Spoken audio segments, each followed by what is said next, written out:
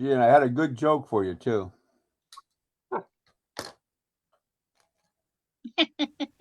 Good morning, and welcome to the Salem Lutheran Church Sunday morning Bible study.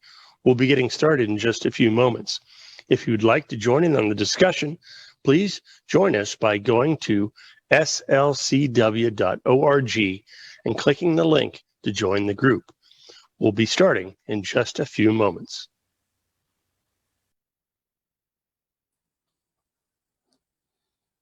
Well, good morning. Good morning, good morning, good morning, and welcome to Salem Lutheran Church's Bible study. It's good to see you. It looks like it's going to be kind of a overcast day today here in Worcester, Ohio. I was just out walking my dog and kind of gray and overcast. I hope it rains a little bit. My grass and my flowers could certainly use a little water, so we'll see how things go.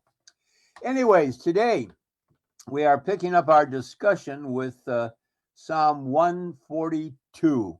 And we're hoping to finish the psalm off today and moving on to 143 for next Sunday. Anyways, when we left off, we were at about verse 3. And just to kind of review a little bit, Psalm 142 is basically the Psalm of David written during one of the low points of his life. David had just fled the capital city because some of the allies of King Saul saw David as a threat and were trying to kill him. And this was long before people had started gathering around David, and he gathered his own little band of warriors to help him.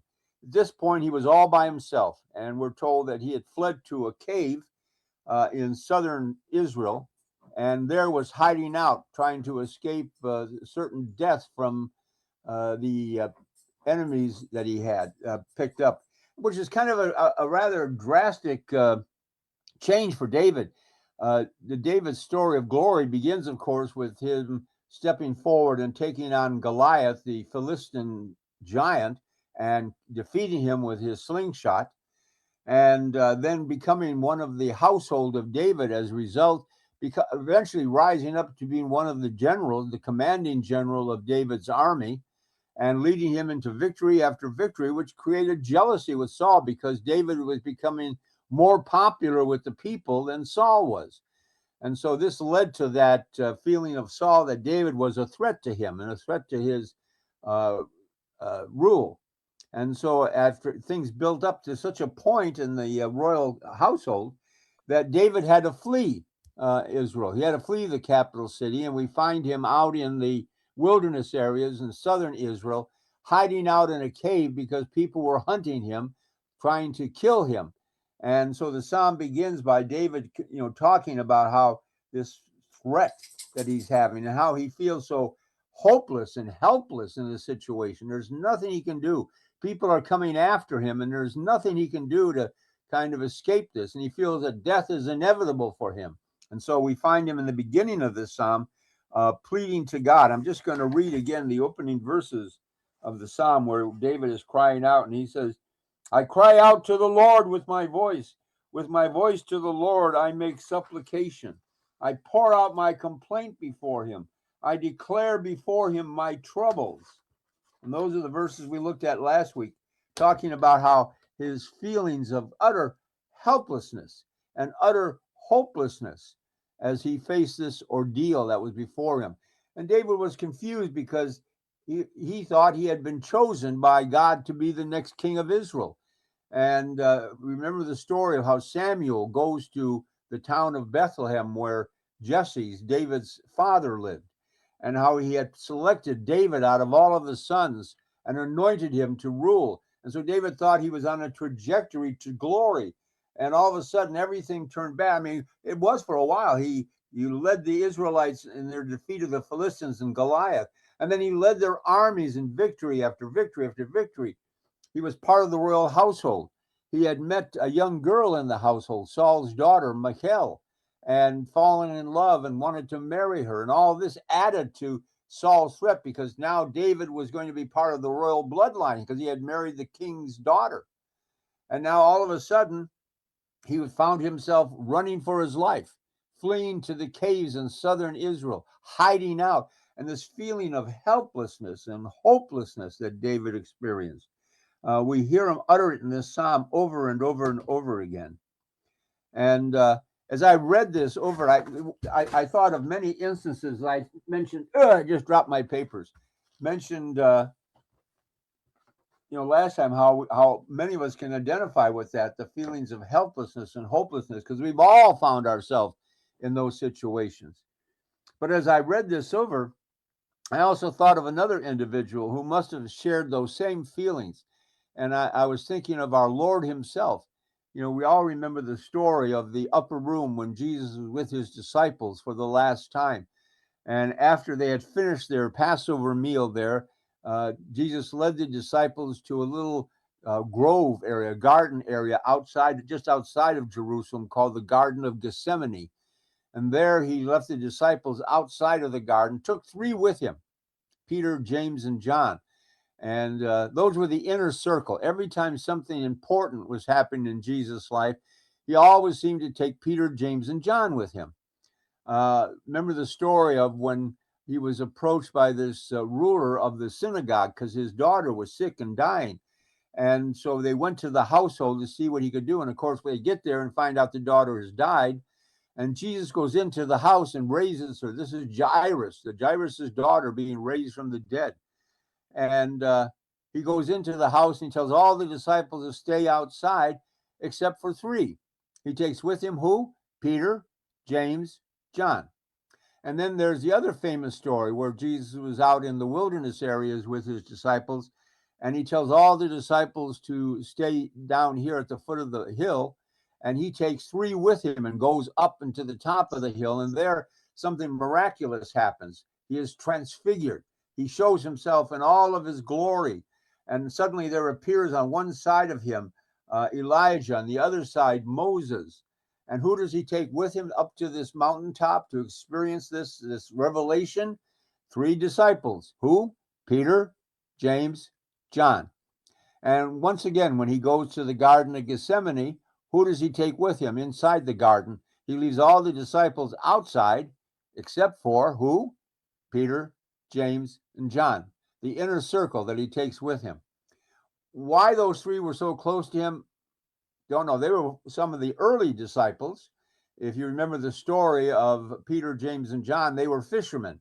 And that was a story of where Jesus finds them and leads to that tremendous haul of fish, and then calls all three of them to come and be his disciples, Peter, James, and John. They ran this fishing business together. Those seem to be the three closest to Jesus. And once again, in the Garden of Gethsemane, he takes them with him and he prays. And you can see in this prayer of Jesus the same feeling that David experienced, this feelings of helplessness and hopelessness as he prays to God, asking if it's possible to have this burden taken from him. And of course, you also probably remember the story of how after he prays for a while, he goes to find these three guys looking for comfort and support from them. And what are they doing? They've all fallen asleep. And Jesus rouses them and says, couldn't you stay awake for just a few minutes with me and help me at this moment? And he goes back and prays again. And when he comes back, what's happened? Peter, James, and John are all asleep again. And he wakes up and says, come on, let's get out of the garden. And of course, they leave the garden, and that's where Jesus is arrested, thanks to the betrayal of Judas, and taken to the high priest's house to begin the final ordeal to his crucifixion. But in that prayer in Garden of Gethsemane, we sense that same feelings of helplessness and hopelessness. There is no hope. I'm going to be arrested. I'm going to be tried. I'm going to be punished. I'm going to be executed. I'm going to be crucified. All of this is coming. And as he is in that prayer, seeing what his future holds, seeing what's coming down the road, we sense in Jesus the same feelings of helplessness and hopelessness. There's nothing he can do. What's going to happen is inevitable. It's going to happen. And so we see in Jesus and in his prayer and in the Garden of Gethsemane the same feelings of helplessness and hopelessness. Anyways, so we pick it up with verse 3. And we hear David talking. And once again, we see David turning to his God, looking for help and for strength. And he says, when my spirit was overwhelmed within me, you knew my path. When my spirit was overwhelmed, again, this feeling of helplessness, when we feel overwhelmed by what's going on around us, and this feeling that there's nothing we can do to change it. It just is. And we hear David expressing that. When my spirit was overwhelmed within me, you knew my path in the way in which I walk. They have secretly set snares for me. And he returns again, talking about how these people are after him. But there's also another interesting thing, and I mentioned this last time, when he talks about how you knew my path in the way in which I walk. And it reminded me of a professor that I had back in the seminary who said, and I remember going to him after, during my first year in the seminary, I had gone home for Christmas break. And that was when my mother finally passed away from cancer. And I remember talking to this professor after I returned back to the seminary for my studies, and telling him just how bad I felt, how awful I felt losing my mother, who was a very important person in my life. And he said, and I kept asking this professor, why did this happen? She was a good woman. She was a good wife. She was a good mother. And not only why did she have to die, but why did she have to die in this way, dying with cancer? And she died in all the horrible ways you can think of with cancer, the slow deaths, the levels of pain, the medications to help her deal with her pain. And that went on and on and on for her until finally she succumbed to it. And I remember asking him, why did she have to go this way? Why? And he said, the problem, he told me two things. I remember saying to him, I said, all I ever asked for was that God would heal her. And he looked at me and said, well, maybe God did. He helped me understand that maybe releasing her from this pain and allowing her to go to the glories of heaven was the ultimate freeing of her pain, the ultimate healing. But the other thing he told me was, and I never forgot this, he said, the problem that we have as we look at life is we see life in its moment to moment periods. We see this moment, this thing that's happening to us. And that's how we look at life, from moment to moment to moment. And he said, when God looks at our life, he sees it from the very beginning to the very end. He sees the entire path that we will walk. And he sees how all of these moments fit in to tell our story, to bring us to the point where God wants to bring us. So he helped me understand that not only did he look at my mother's life from her birth until her death and saw how everything worked together for glory, he was helping me understand that even these moments that happened in my life were all part of God's plan to bring me and make me the kind of person that I was supposed to be. And I think it did have a profound effect on me. It impacted me in how I dealt with people who were experiencing the same thing. I think it gave me a sensitivity to what people who are experiencing those kind of illnesses are going through. And it also helped me understand what family members are experiencing as they watch someone they love and care for go through these agonizing moments of death. And I think it gave me a better way to minister to them as their pastor. Uh, I think about all the times, one of the saddest duties I have is to be with a family in those last moments of life, to provide last rites for the person who is leaving, and to provide comfort for family members who are watching someone suffer as they stand in their feelings of helplessness and hopelessness. Because I could identify with that, because I had experienced that myself, watching my own mother die, watching my wife die. It helped me understand what that was like. What is it like to experience those feelings of helplessness and hopelessness? And so, even though I wish there was I always remember what was a story I remember one time about a man, the old joke about a man who was tarred and feathered and ridden out of town on a rail. And his only comment was that if it wasn't for the honor of the whole thing, he would just as soon pass. And I guess when I've had those dark moments in life, I felt the same way. Yeah, I guess maybe this is part of my life, but all in all, I wish it had gone a different way. Anyways, so the psalm goes on, and he talks once again about those people who are after him. They have secretly set a snare for me. Look on my right hand and see, for there is no one who acknowledges me.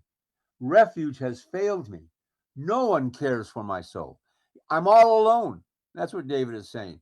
I'm facing these moments of life, this terror in my life, these feelings of helplessness and hopelessness, and I'm feeling them all alone. And I think that's perhaps the worst part of these feelings, these emotions, when we feel like we are all alone. There is no one who acknowledges me. They have set snares for me. Look on my right hand and see, for there is no one who acknowledges me. Refuge has failed me. No one cares for my soul. No refuge for me. Uh, it's interesting that David uses the word refuge. I think I mentioned last week that in Israel there were set up what we call cities of refuge. This was when a person was feeling threatened by some kind of punishment, he could go to these cities of refuge and no one could come after him in those cities. That in a sense they had to have a trial. One of the policies of Israel was that there was such a thing called revenge murder, that if somehow, whether accidentally or deliberately, you had killed someone, the family had the right to take your life unless you got to a city of refuge, because the family couldn't follow you into the city. They couldn't harm you once you had entered this city. And so it was a place to go to make sure that at least you could plead your case and show why you should not be punished with the death sentence, that you have to have a fair trial. In fact, it was out of that came the whole idea of sanctuary, that people, and it's still true today, still you can go to a church and claim sanctuary, and the police, have to honor that. That was true in the medieval era. You could go into a church and claim refuge, and the priest would protect you. And that's still true today. I heard in the news not too long ago, there was a case where a guy was being sought by the police, and he went into the church and sought sanctuary. And police had to come in and talk to him. They just couldn't storm the church and take the man. So this is what David's referring to. There's no place like that for me. There's no place for me to go and hide. There's no place for me to find safety and protection and care. They are after me. And I look on my right hand and I see what? There is no one who acknowledges me. No one is coming to my defense. No one is speaking up for me. All of them are after me. The king, all the royal court, all the people, they're all after me. They want to end my life. There's no one who acknowledges me. Refuge has failed me. No one cares for my soul. I'm all alone, facing this inevitable death as he saw it. All right, moving on.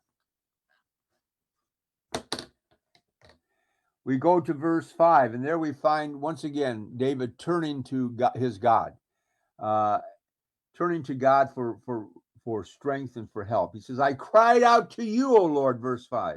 And again, the word Lord there is Yahweh, invoking the whole idea of the covenant God, the God who had promised Israel that he would be their God and they would be his people, that he would walk with them and protect them and care for them and provide for all of their needs. I cried out to you, Yahweh.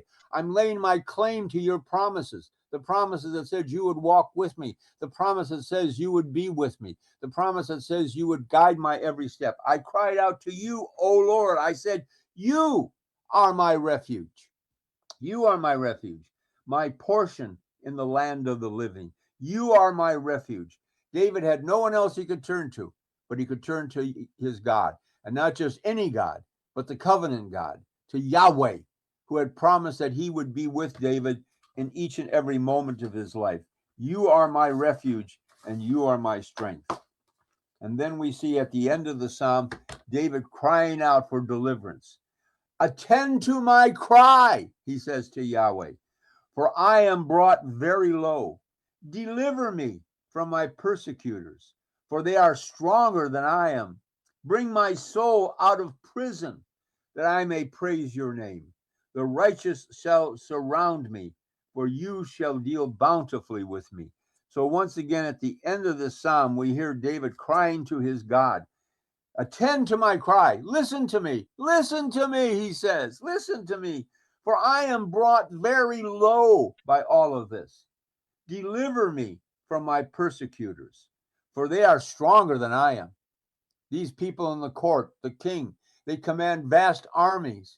They are stronger than I am. Deliver me from my persecutors, for they are stronger than I am. Bring my soul out of prison. He feels like he's locked away in a prison cell and there's no escape for him. Bring me out of my prison so I may praise your name and so I may turn to the world and say, look at, my God is a faithful God. My God has delivered me. And why? So I may praise your name. And the righteous then shall surround me, for you shall deal bountifully with me. So God will encircle me, he's praying for. Encircle me with your care. Encircle me with your protection. And I think this is a prayer that all of us have heard and said to ourselves. For all of us, there have been moments in our life when we felt persecuted by the forces around us, when we felt this helplessness and hopelessness. And what do we have? There's no one there. And so in our sorrow and our pain, we turn to God. Attend to my cry, Yahweh, because I have been brought very low by all these circumstances. Deliver me from those who persecute me. Again, we've all felt that kind of persecution at one moment in our life. People who we thought were friends who turned against us. People at work or people in our neighborhood who have turned against us, and we feel all alone and helpless as we face these things. Deliver me from my persecutors, for they are stronger than I am. He acknowledges the fact that these people are stronger than I am. There's nothing I can do. Just as we must at times acknowledge that what we are facing is bigger than me, is stronger than me. There's nothing that I can do about these forces of evil that are against me. The only one who can save me, the only one who can give me relief from all of this is Yahweh, the God of our fathers. For bring me my soul out of prison, that I may praise your name. Once you do that, God, I will praise your name. And the righteous, once they see this, will surround me, for you shall deal bountifully with me. So David's saying that I know there will come a dawning of a new day, because you have promised that you would be with me. You have promised that you would care for me. And so that's kind of the same prayer that we have. There are moments in all of our lives when we face those kind of things. And he wants us to know, David wants us to know in this psalm, that he does believe that God will provide for him, that God will care for him, that God will provide for him support and help. And that's how the psalm ends. It doesn't end with, boy, yes, I've won. He's still in that cave. He's still in that dark, dismal cave, feeling helpless and hopeless, but he has hope. He believes that his God will come to his aid, that this God will come and give him strength and courage, just like all of us need to believe that. When we're facing those same kind of moments in our life, whether it's a financial issue, whether it's a family problem, whether it's a health issue, we need to know that no matter how bleak things look, God is with us. God walks beside us. And I'm reminded of the story of the footprints in the sand, that very famous poem where the man dies and comes to heaven, and Jesus takes him out to the beach, and he sees footprints in the sand, and he says, what are all these about? He says, well, these are how I keep a history of your life. And he shows him that there's your footprints, and he sees very tiny little footprints. He says, that's when you were a baby and started taking your first steps in life. And then he says he notices that all of a sudden there's a second set of footprints that join his. And he asks Jesus, what's all that about? And Jesus says, well, that's when I joined you, when you became my child and I walked with you in life. But then the man noticed several things kind of unusual, that every once in a while there was only one set of footprints. And he looks at Jesus and says, well, how come there were times when you left me, when you deserted me and I was walking alone? And Jesus smiled and says, you're confused. That's not when I left you. That's when I was carrying you.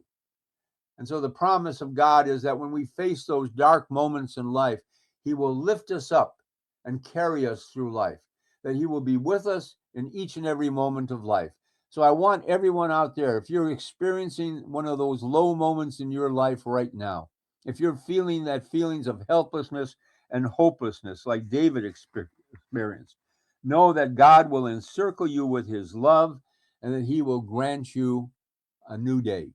And that the day is coming when you will stand up and rejoice in God who has once again delivered you out of the hands of evil. And we know that happened for David. He eventually came out of his cave. He eventually rose to the level of king of Israel, became one of the most powerful men of his time, all because of God's love and blessings. Have confidence. God walks with you. And with that, I'm going to turn it over to Tim and say, well, we finished Psalm 142. Hope it was some comfort to all of you out there. But Tim, what's going on at Salem this week? Well, thank you very much, Pastor, for that handoff. We have several things going on this week. For example, today at 10 a.m. we have worship, and that starts at 10 a.m. in our sanctuary. We're contemplating moving outside to our pavilion eventually, but today is not that day. So come to the sanctuary, join us inside. We'll have worship there. Following worship, we have fellowship, and today's fellowship is a special fellowship. It is Taco Sunday, which is spelled out Talko Sunday. We're going to have tacos, but we hope that you'll stay and fellowship with us and talk, because that's what Taco Sunday is all about. So join us for that, right, following worship downstairs in our fellowship hall. And this afternoon, we have our taking worship on the road. We go to Brookdale today. This is the second Sunday of the month when we visit Brookdale Senior Living Center, and we have a worship service with communion there. And then, of course, in 2 more weeks, on the 4th Sunday of the month, we have worship on the road at the Avenue. But that's a week away, so we don't want to miss something that's very important. On Friday, you thought I was going to talk about Sunday morning Bible study. I'm talking about Friday night Bible study. And that is our cover-to-cover Bible study. That is our Bible study that is helping us, supporting us, encouraging us to continue reading the Bible from cover to cover. We started this prospect back on April 5th, which was Easter Sunday, and we hope to complete the entire Bible by the end of Easter season next year. So join us as we do this. You don't have to be at the same point in the process to join us. Just come on in, join the conversation, get a reading list, a reading plan, and follow along. Because if you start today, you'll be up to speed, because we just finished Easter season, so you'll be a little bit behind, but that's okay. You can finish off in the 3rd week of Pentecost next year if you wanted to do that. But we're talking about reading the Bible from cover to cover. We hope that you join us on Friday nights, 7 o'clock, using the same link, or it's a little bit lower on the page for the Friday Bible study. It's the same link, but it's listed differently. All right, so next Sunday at 9 a.m., we have Pastor Nathan going on with Psalm 143. Is that correct? Yes. And that is when I will hand this back off to you. Well, thank you very much. Yes, next week we'll start Psalm 143. And Psalm 143 is a longer psalm, so my guess is we're going to take more than 1 week to get through it. So that's fine. Anyway, we're probably going to be studying the book of Psalms all the way through this summer. So with that, anyways, I wish to you God's blessings. May you have a great week. May you remember the message of our psalm, that whatever you face this week, you don't face it alone. God is with you. So until next week, may God bless you this week. May he give you a good week. And most of all, may he keep you smiling until we all meet again. God bless you all. See you next Sunday. And be sure to tell friends about it. We want the more people who come on our Bible study, the happier it makes me, and you'll see me smiling. All right. Excellent. Pastor, thank you. And Dorothy will be outside waiting for you. All right. I'll be picking them up for church. Hope I see some of you people are listening. Hope I see some of you at church this morning. All right. Until next week, God's blessings. Keep smiling. Bye-bye. Bye. Thanks, Pastor.